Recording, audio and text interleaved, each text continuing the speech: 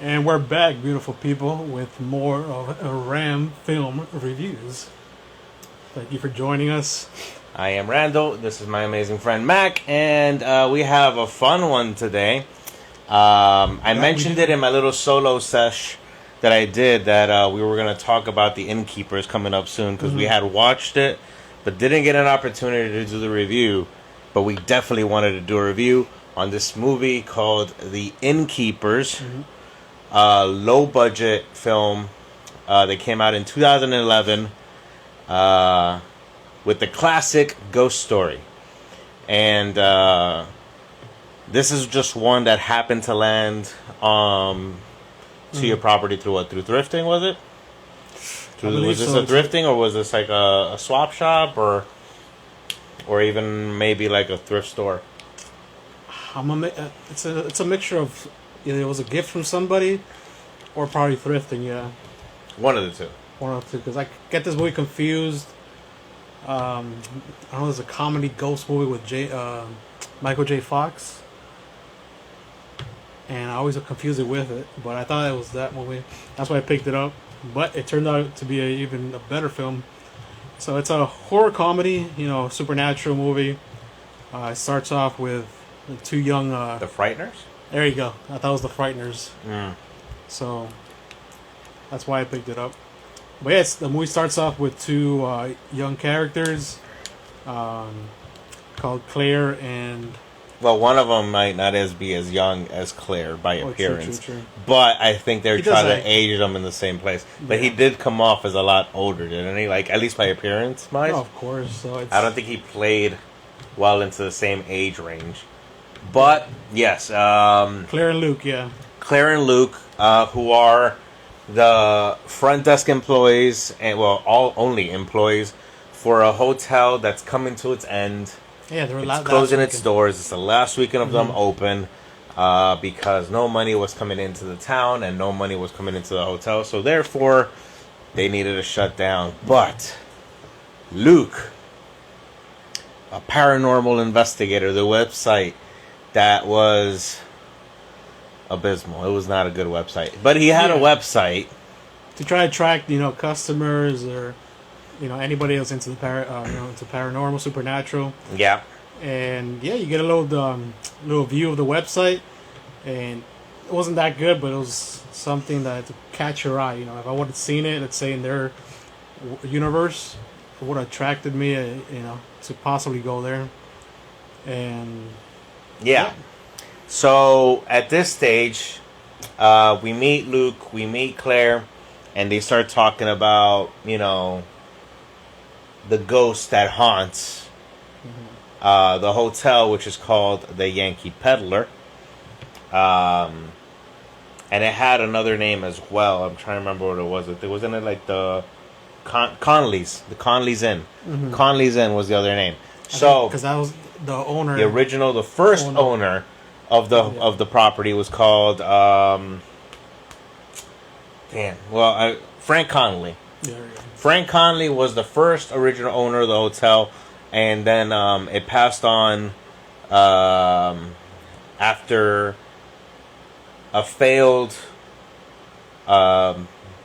situation. Had to sell the property. Then it became the Yankee Peddler soon after that. But they gave an homage to the Conleys in the movie by putting it as the name by the door. And the reason I say homage is because this hotel is absolutely real. And the story used in this movie is also absolutely real. It is based on a true story. Now, the incidents that happened with the two employees isn't the real story. The hotel closing down isn't the real story, but they used the true story to create the script for this movie. There is a ghost that haunts the Yankee Peddler called Madeline O'Malley. And in real life, her story is pretty sad. It is very sad. She was an Irish immigrant that came over to the United States, fell in love, and was supposed to meet the love of her life in a hotel called the Yankee Peddler. Room 353. In the room 353. And ultimately, he never came. And she decided to take her own life in that room. She ended up hanging herself in the room. When the hotel owners found out about this, they opted to not call the police. They opted to not get anybody involved, and instead decided to hide the body because they were like, we can't lose any business right now. Protecting their reputation. We're doing bad. Yeah. We need to hide this body. So they ended up hiding the body in the basement of the hotel. For like 3 months, I think it was. For 3 months, yes. For 3 months. Until, I think one of the cleaning ladies, she found her. No, not a cleaning lady, a janitor. Oh, a janitor. And not a janitor, maintenance man. Yeah, you got it was a maintenance man who was like going down to the basement for something and ended up finding an aroma that didn't quite fit. And once he searched that aroma through, found the body, and at that point, they had to fess up that she had died 3 months prior, and definitely ruined the business. The hotel kind of had a rough patch after that, and that's why it needed to get sold, and that's what ended up happening to Madeline O'Malley. So yeah, basically the backstory of the true story behind the hauntings and the person that died. Yeah. But another fun fact, and what's interesting, Randall found out the reasoning behind this film is because the director and I think a buddy of his or something stayed at the hotel. The director and the producer of the film. There you go. It's a director. Well, the director Ty is also the writer, so he's a writer, director, and his producer were in the town filming another movie. I can't remember the name of the other movie they were filming, but they were filming another movie and ended up staying at that hotel because Ty was always interested in like haunted hotels and stuff like that. So his curiosity bug got him, and he wanted to stay in the hotel. And while they were there, they kept on getting information from all the employees and the staff saying that they've experienced things, that they've felt things, that they've seen things, and that they believe it's Madeline O'Malley that's hanging around. So all of it was there, and then Ty soaked it all in and turned it into a movie. Which was a 17-day movie, Yeah. It was filmed in 17 days, so you could tell that he had an idea of what to write, And I think the original idea was not to have the actual characters, Claire and Luke, in it, but to change the story and make it more interesting. They were added. Let's see what else. It just added a little extra to it. Yeah, because you have Luke, who's a little bit older. He's tired. He's lazy. Yeah. And then you have Claire. She's super bubbly. She's likable, and she wants kind of geeky. Yeah, she's super geeky. She wants to find evidence before the hotel closes for good. So she's egging Luke on to go. Let's find evidence, and they have a EVP, right? Yeah, they use EVP heavy. Even though they did demonstrate that they had the capability to record on video, because one of the videos on his website was the door, right? So he can record video, but for some reason they chose to never have video going. That's one thing that bugged me. I kept telling you, it was like, dude, how can you not walk around with like a camera or something when you're running EVP? Like, even understanding they are in a modern day, like it wasn't like this was supposed to be in a time where EVP didn't. Where video cameras were something difficult to come by. They had modern cell phones and everything in the movie, so it was rough for me to like kind of understand why they didn't even try filming anything at all. But they always tried to run EVP with like an old school kind of tape machine, with a nice little boom mic that would work very well for EVP in reality. And Luke maintained through the majority of the movie that he had experiences in the hotel, right? And then Claire finally got one experience. And then she opens up to Luke, and Luke's just like, yeah, I know, right? It's like that. He goes along with it. He plays along. Not only that, you find by his body language and the way he talks to Claire, you could tell You get an idea. He's into Claire, and he's that guy, like, yeah, let me say that I believe you, try to get with her, that type. Yeah. So, and I think it's funny. It's the amount of time they're not at the front desk. They could have been using the camera, the EVP, which they didn't. So. Yeah, and then another interesting character they had in this movie was a character called Leanne Reese Jones, which was an actress that had turned to a clairvoyant kind of psychic reading type of person, and can sense paranormal phenomenon type of thing or whatever. And she had her little jewel, her crystal pendulum, or something. Yeah, her pendulum crystal. Pendulum. And they introduced her as somebody who was in town for a kind of a convention where she was speaking about healing and helping and things that had to do with her clairvoyancy and all that kind of stuff. So it was an interesting little addition that they threw in there to kind of motivate more somebody else who would believe Claire for what she was seeing as well, and kind of tied her to Claire a little bit extra emotionally. Not super much, but they added a little bit. Yeah, Claire's a super, Angel said he's seeing this one. He said he enjoyed this one. Oh, nice. So, she's a fanatic for... She's a fan. She recognized her by seeing her face. She's a fan. Luke didn't know who the hell she was.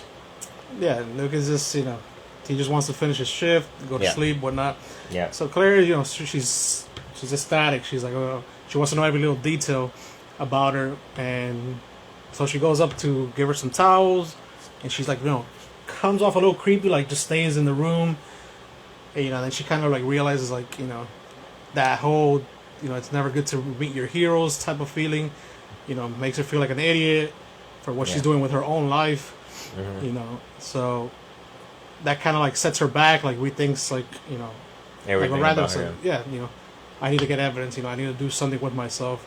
Yeah. So they kind of gave her a little extra push to grab that EVP machine and really start to look. And then you start hearing the piano sounds. Yeah. You start hearing a little bit more, and she starts catching things, and she starts feeling things. And then the movie starts getting interesting. When we finally get to the point where we start seeing more of what's happening. This was a good thing about this movie too. Like, even though it didn't have that much presence of the ghostly character, because we've had movies where they take too long. Like, let's say The Wailer, right? Like, it took way too long to give us the character. But for some reason in this movie, we didn't feel that. Like, we never complained about it. Because I think I was having fun enjoying the characters themselves. They're being themselves goofy. Yeah. Yeah. No, the person who redirected this one was Ty West, right? Wasn't it? Yeah, Ty West. Ty West directed this one. But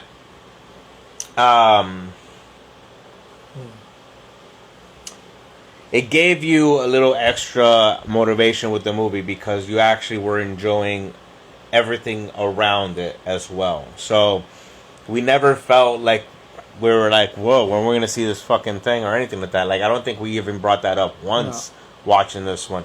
And then what ends up happening in the movie is that there is a gentleman who ends up coming in out of nowhere, surprisingly, wants a room on the last day that they're open, for the last night that they're open. And on the third floor, which they had it blocked off to clients as it was stripped. He requested a specific room, which was 353.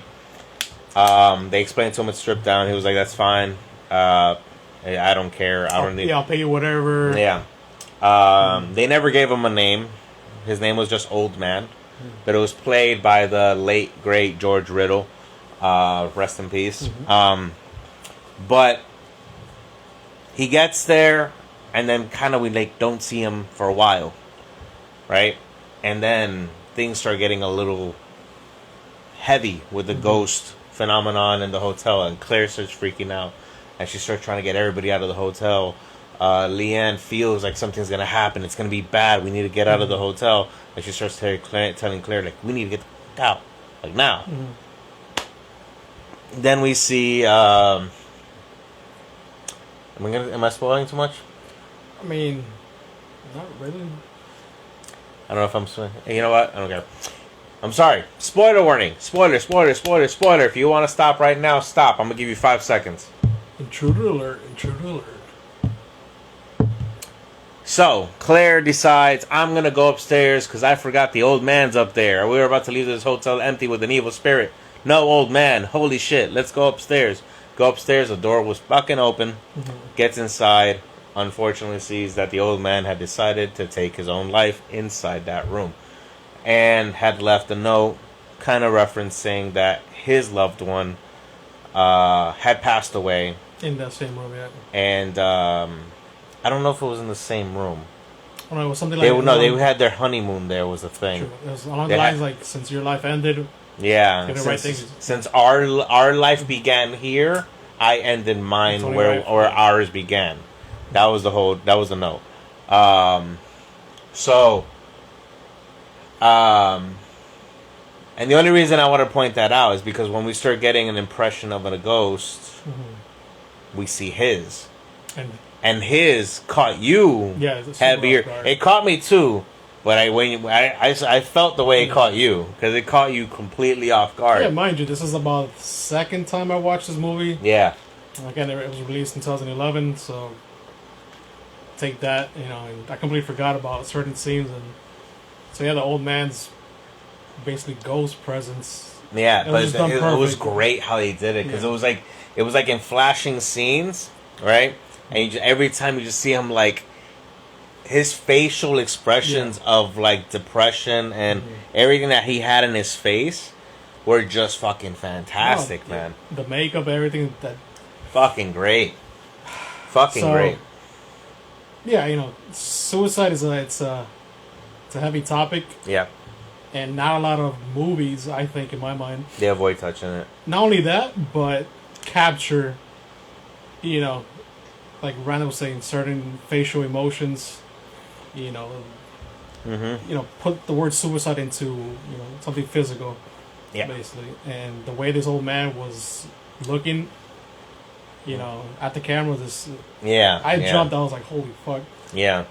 The blood was, everything about it, the pose, the way he was. It was so real, like, we gotta look up to see what type of, blood they use. Yeah, it definitely gave it a real, kind of realistic vibe to it. Not in an unhealthy way, but enough to, like, where you're like, holy shit, that looks real as fuck. Yeah, because usually, like, let's say when you see somebody, like, they hang themselves, they usually only show the feet, right? You never see a fool hanging anymore. They avoid that. I mean, obviously, there's other reasons why they avoid showing anything like that too much. But even normally when it's like a bathroom scene like this, which is a bathroom scene in the bathtub, it's usually the same thing. It's usually like the body there and the hands out, and that's usually it. This situation, like, he was how the skin was affected by after somebody dies. Yeah, everything about it was like really well done when it comes to the detail that they put into George Riddle in the makeup that he had on for that scene. Yeah, even before, like we were saying earlier, even before all this, just the way he spoke. Yeah. I kept mentioning, I was like, yo, this is freaky, like, so. Yeah. DC Maddox says he's seen this movie too, and it's pretty good. How you doing, Don?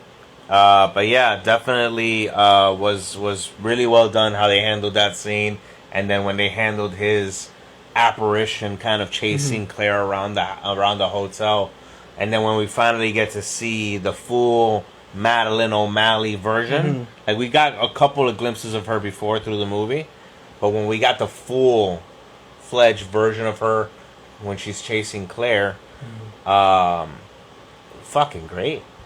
It looked really well done. Again, makeup was fantastic. Special effects was fantastic. Yeah, and she was the only actress who stayed in character throughout the whole 17 days of filming. You know, Yeah, she wanted to maintain a creep factor to all the people. imagine, and since it was shot in 17 days, all the cast and crew actually slept in the hotel. Yeah. And it was, can you imagine, you know, like, I don't know how many people were in the crew and cast and crew, but imagine all those people just living together. Yeah. Most of the older crew members, they said that the young people stayed up late, drinking music, and so it was Yeah, hard for- Leanne, the lady who played Leanne Yeah. was talking about it. Kelly McGillis. yeah, that was hard to sleep because you know they just stayed up drinking and whatnot. And yeah, all the cast and crews, they brought their dogs along with them.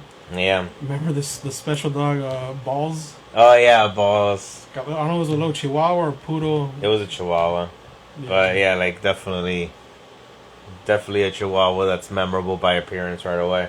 Yeah. So mind you, you know, it's just a group of people just having fun, trying to get a project done in you know a short amount of time, and so that's a little fun fact, you know. Yeah, I know it was fun, but I won't spoil the ending of the movie. That's as much as I'll spoil. But Hell of an ending, bro. the ending was fantastic, and there is a final scene in this movie. Was it it was post credit or there was at the end of the movie? I don't remember. It was at the end. No, there was no. It was right at the end, right? Yeah, there was no post credit. Yeah, so right at the end, you need to keep your eyes really peeled. Yeah. There is a little hidden gem in that scene that So well hidden. that makes that final closeout so awesome. Nice pun. You'll understand. Yeah, you got it. So yeah, they definitely did a good job with that one. It was a good curtain call to the movie. Those puns are awesome. Yeah. But if you can't see the actual hidden gem, you always look it up. That's how I found out. I was like, Randall. Yeah, we ended up going back because you found out about it after, and you were like, "Holy shit, there was something there," and we're like, "Really?" And then we were fucking, "All right, rewind, let's see," and then we were he able to spotted fucking. it first. I was like, rewind that. And when I Yeah. saw it, I got chills. I was like, yo. Yeah, really well done. Really, Yeah. really well done. So yeah, the budget for this film was actually I think fairly cheap, $750,000. Yeah. It made about I think 1.18 million box office worldwide. So I think that's great. Yeah, no, definitely a good return for a movie that was low Yeah, an indie budget film, the Dark Sky and Films, yeah. you know done in 17 days. They did a good job with it. If you do want to see the movie itself, if you are interested in watching it, they do have it on Prime Video. I believe it is free through IMDb. So also, IMDb TV. if you have the SmartCast or any of those kind of services and have the IMDb app itself, you more likely can watch it straight through IMDb. So definitely, I think worth a watch. It's a fun movie, especially if you're just at home, have nothing to watch. I think this is a good one. The actresses, the one that played Claire was Sarah Paxton. People may know her from Return to Halloween Town. If you watch a lot of those kind of movies. Holy crap! I forgot. Yeah. And she was also in a movie called Summerland, Aquamarine, and another one called Sydney White. All leading up to when she ended up getting in the Innkeepers, and she's also been an occasional guest appearance in Twin Peaks. Another streaming platform you can watch is Peacock. Oh, they have it on Peacock as well? I Nice. see that on Peacock. And Pat Healy, which is drastically much more heavier in age as I expected. Really? Yeah, he's 50 now, and she's 33 now. 20 age difference back then. So it was, but they kind of worked it out in a way. You know, I think the only reason he kind of threw me off because his hair. Yeah. I mean, they try to make it look youthful, Like a little folk, not but folk. at the same time, I'm looking at him like, dude, that's not youthful. It's just you're balding, and they try to give you like kind of like a mohawk thing type of thing. But he has like the widow's peak thing going, Yeah. right? But a heavy widow's peak. Like it's not the light widow's peak. He has that widow's peak where it looks like somebody like, you know, just covered his scalp here with hands and said, "This doesn't grow ever." And yeah, not hating on the guy's Shit. hair that much, am I? Is that hateful? I don't know. But yeah, he's a natural comedian. Yeah. You know, so Mm-hmm. a lot of comedy is due to him as well. So I think he also had a lot of improvised lines because I believe Ty wanted his character to be more serious than what it actually was. Yeah. Yeah, I mean, they with comedians, they always kind of give a little bit of free will with that kind of stuff. But he has been in quite a few movies, including he was in Captain America: The Winter Soldier. Like in the background as one of the characters there as a Hydra scientist. He was in, dude, he's been in a few movies actually. He's an active kind of guy. His first film was in 1997, and he has a few coming up soon. Oh, he's still good, relevant. So he's still actively working in the business. He was in Pandemic, the 2016 movie that came out. I haven't seen it. Yeah, it was one that people started talking a lot about when COVID hit, because that's what you do. Wasn't that Contagion? Contagion was the other one that a lot of people talked about too. Oh, okay. But Contagion was because it seemed so much like the current situation. But as soon as COVID hit, it was like, let's look up every movie that has to do with viral infections destroying the world. Because we're going to look at them like we look at The Simpsons and see what they predicted. But yeah, he's been in a lot of movies. And like you said, comedian. So, did a good job in the movie. I thoroughly enjoyed the movie. Honestly, I did. It was really fun. Enjoyed the characters. I think the only character that was probably pointless in the whole thing was the angry mom. In a way, yes, Nothing really tied to her. No, nothing but those occasional customers. Yeah. That are annoying, that they don't want anything to do with you, but want everything from you. So I get that. At least give. It was like a weird thing. Like she showed up like what two or three times. Mm-hmm. Once yelling at her kid, another one. Yelling at catching Claire, telling the kid ghost stories, and then one yelling at Luke for not bringing up towels. Yeah. But yeah, so all in all, I thought this was just a fun movie. It was good. I think this is definitely one I would watch again just because I enjoyed it. It wouldn't be anything I'd watch like right away, but I'd definitely watch it again. It was brought to you by Dark Sky Films, like you said, and Glass Eye Pix. Those were the two production companies, and it was distributed through Magnet Releasing. And yeah, all in all, it's just like an absolutely fun film. 101 minutes long, so it's a good length of a movie to occupy a good amount of time. Exactly. So let's get down to the rating. Oh, actually, no. You know what? Before the rating, what would you do? Given the situation, you are the ghost hunter who runs out of the house, or are you the one that sticks it through? So we're this minimum wage ghost hunters. Yep. That's what I liked about it too, because in all these paranormal movies, everybody has this fancy equipment and whatnot. These two have. They're asking you if that's a Simon Pegg shirt. Oh, Fadi, yes sir. The Shaun of the Dead, Hot Fuzz, and I think it's the World's End. Yeah. At World's End, no? At World's End, I think. But yes, it is, sir. But yeah, that's what I like about it. They just have an EVP machine, a couple flashlights, their own curiosity. No experience at all I get there from what we get from them. I mean, no legit experience. Yeah. And one of them was lying about their experience. Hey, so yeah, and me being so into the paranormal and just just a fascinating topic.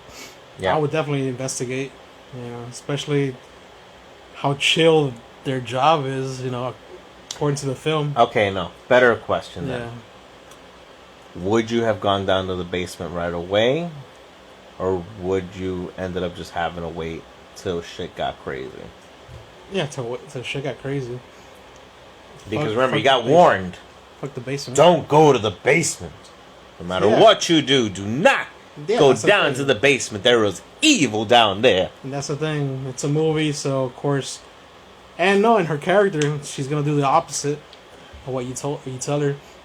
But not knowing all this crap. No, of course I would definitely not go down the basement. Fuck the basement, man. Even an attic basement, I don't know. You know. I think I would be the unfortunate idiot.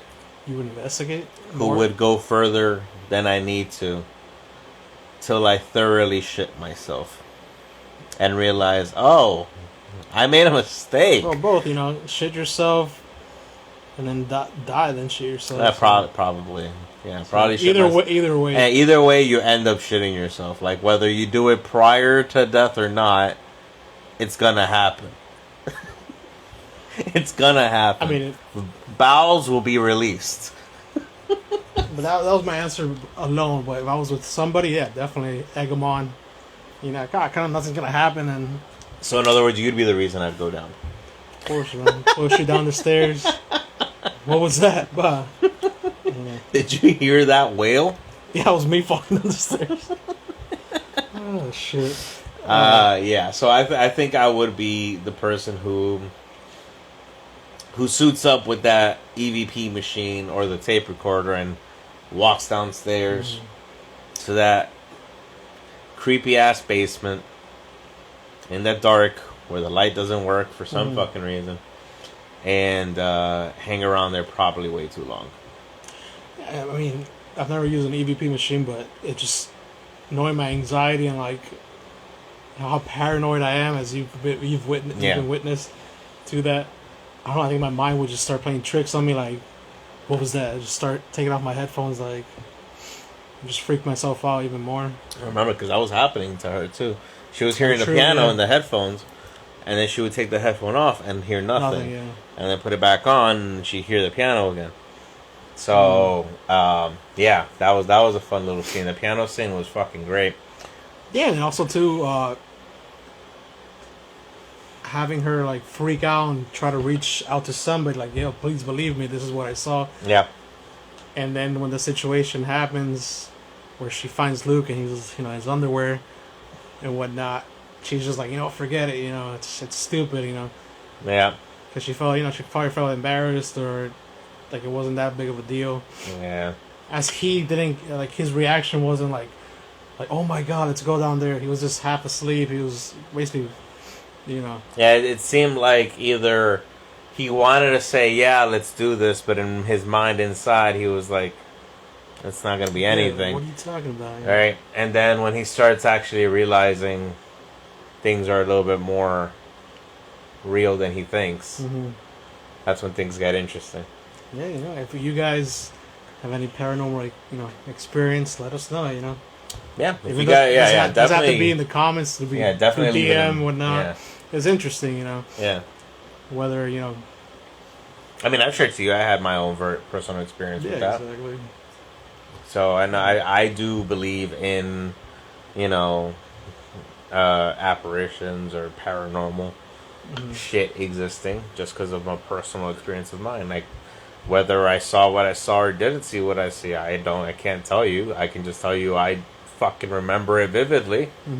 And it is implanted and branded in my brain forever. But yeah, this was a fun one. So let's get to the point here. Let's rate this mother. Sorry, cut off the what? Let's rate this motherfucker. Okay. Definitely enjoyable, like I said. Yeah. Especially watching it with you. It's somebody that, you know, believes in it, has had their own experience. Yeah. You know, and somebody that I could see myself like, yo, Randall, let's fucking hunt ghosts while chugging down a few beers. You that would absolutely stuff happen. Like that. But yeah, I enjoyed it more. So fireball shots. Fucking chewing on Big Red and hunting a ghost. I give it an 8 out of 10. Super fun movie. bigger turnout than what I expected. Mm-hmm. My second time watching this. Mm-hmm. Overall, like I said, it's a movie I definitely will be returning to. What's up? Overall, it's a movie. Overall, it's a movie. It's a great movie. What we got here? DC Maddox says that his mom messed with him after she passed. Oh, hey, Don, no way. I mean, I know of your mom's passing, but share with us or share with me if you want. Yeah, man. It's what you've seen or witnessed. That'll be interesting and something to get off your chest. You know, which is the one that, and this is even more recent. Mm-hmm. This one's gonna be odd.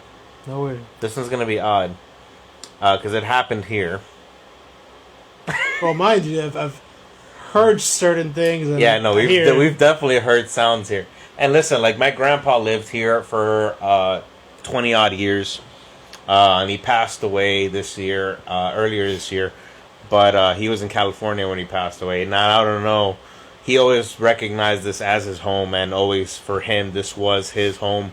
Even till his last days, he always kept talking about mi cuarto, mi cuarto, mi cuarto, my room, my room, my room. Which is that one? Well, not even that. He called the entire home his cuarto. So, you know. But I'm not even talking about him. I'm talking about my furry little fucker. I'm talking about Matrix. Oddly enough, listen, and then again, this is going to sound weird, and people are probably going to laugh at this one. Because it has nothing to do with sounds. It's literal aroma. His smell. Yeah. Not his regular smell. I will never forget the distinct smell that comes out of this dog's ass. I will never forget it. Okay. It is implanted in my nostrils forever. Maybe I will never...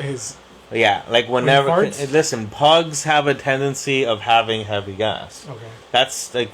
It's just the fact with that dog. For some reason, they just do. They just fucking do. Like, I know all dogs do, obviously. But pugs, like, if you look that shit up, everyone talks about pugs and their fucking shit. Dude, there was a day where literally, for like 6 hours straight, it was that fucking scent. And I kept on, like, looking around. I was like, dude, did I leave something out? Like, I kept thinking, like, did I leave something out? And I'm like, this smells like him, but he's, like, what the fuck? Yeah. Like, what am I getting? Ghost farts? No, that's impossible. Oh, man. Like, I get visuals and sounds, but fuck, this was different. And I'm just like, yo, what the fuck? But literally, it was like for like 5 or 6 hours straight where it just kept on coming up in little blasts. And the entire time, like, I just kept on like looking around, like, dude, like, did I leave like something out or some shit, food or something? Nothing, dude. I fucking cleaned. Because I'm like, maybe I left something out. And they do nothing. I couldn't find anything at all that would tie to what I was smelling for that day for those few hours. Nothing at all.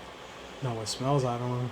Weird. Yeah, that's a new one. That's why I said that was weird. It was weird to me because I will never forget what it smells like. Because it's definitely not... Yeah. Like, it was just fucking freaky, man. It was just freaky, but at the same time, like, my mind was like, oh, well, he's here.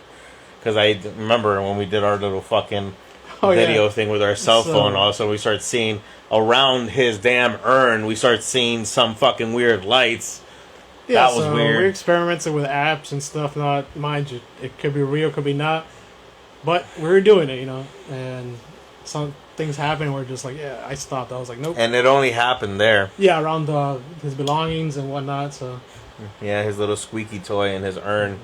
I guess as we're sharing about our dogs, so my dog Rocky, he was a poodle.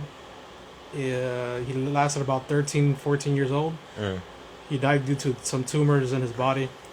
But when he died, I remember I was super down and out, and I just looked at a certain spot where he used to chill, which was under a chair. Yeah.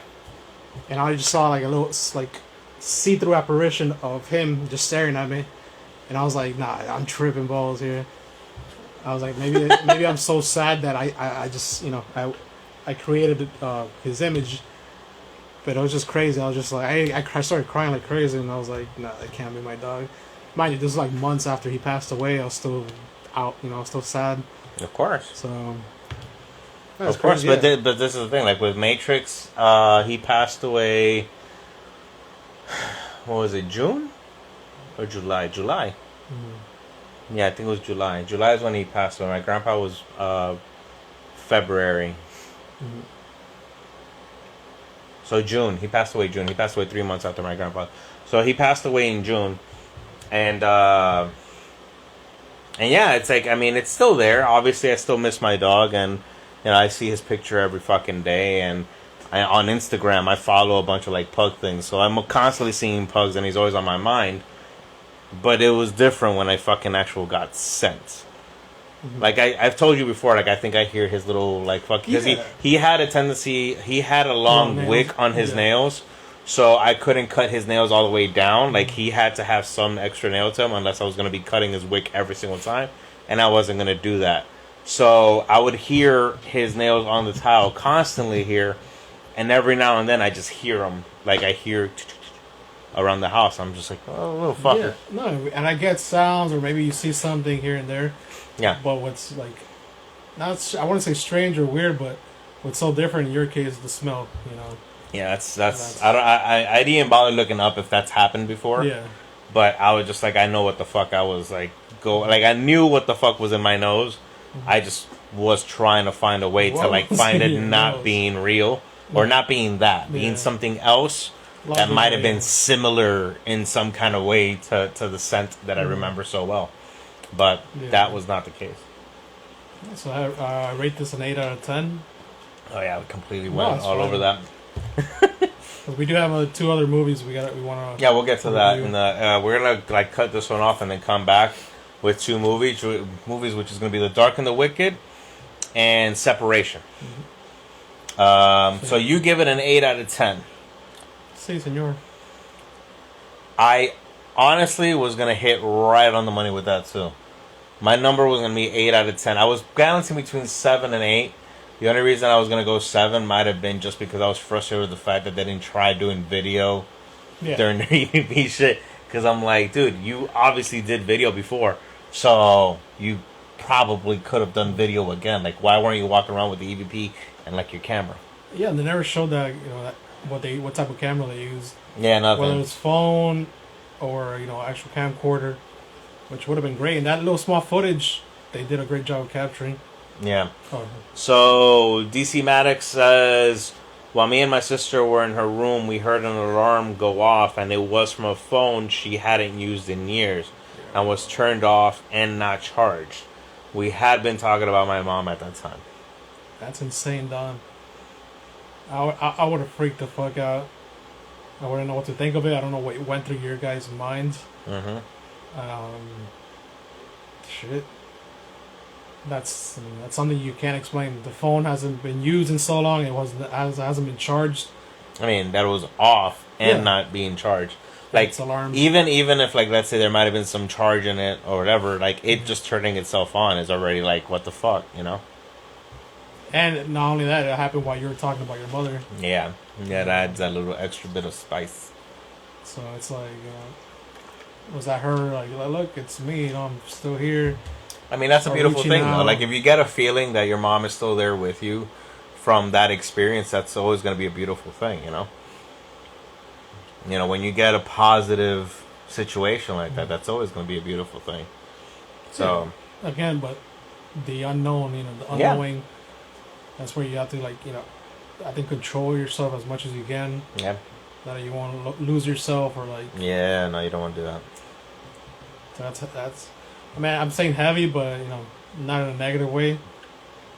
But just in sake of that, it's happened to me, talking about a certain person in my family, then something happens, so... Yeah. I get you in that sense, so...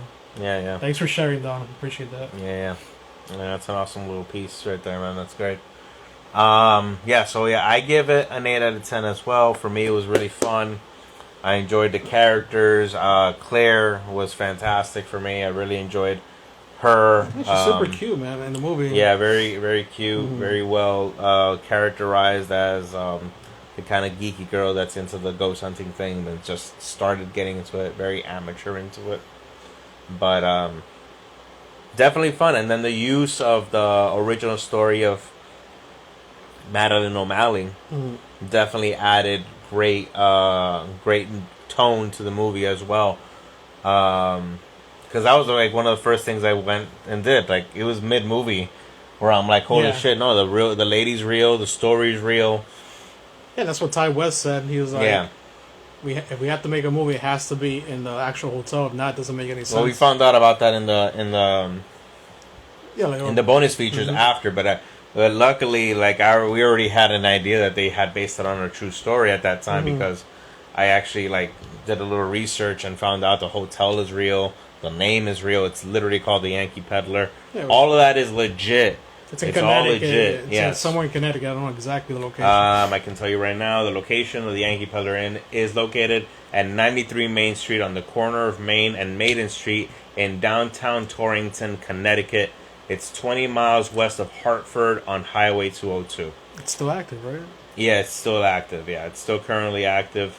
And it is considered a real-life haunted hotel.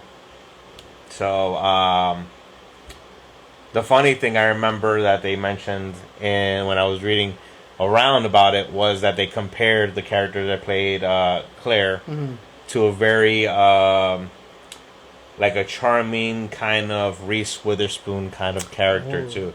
That she gave a very Reese Witherspoon kind of I see that. sparkle to the character. So yeah.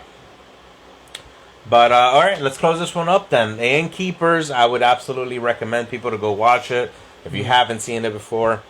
Just an enjoyable movie, very fun, and great story that has part fiction, part non-fiction all together, but they handled it and blended it really well. I think Ty West did a really good job with this movie. For a low-budget film, they really knocked it out the park. Exactly. Okay, you can watch it on IMDb. Listen, Amigo Films, that's how you fucking do it. Amigo Film. You can watch it again on IMDb TV or Peacock. Yeah. Or see if you can find it, a physical copy. Yeah. I think it's worthy of a physical copy purchase. It's a good movie. Yeah. Beautiful cover. Yeah. Beautiful not insert, but... Yeah, it's a nice little image right there in the back. I thought it was going to be like a spoiler. I was like, and we missed it, but no. Yeah, no, but the little background there, the image of Madeline's face on the cover is fucking great.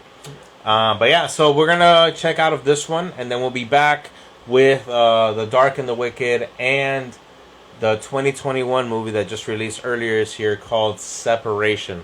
So stay tuned. We'll literally be right back soon.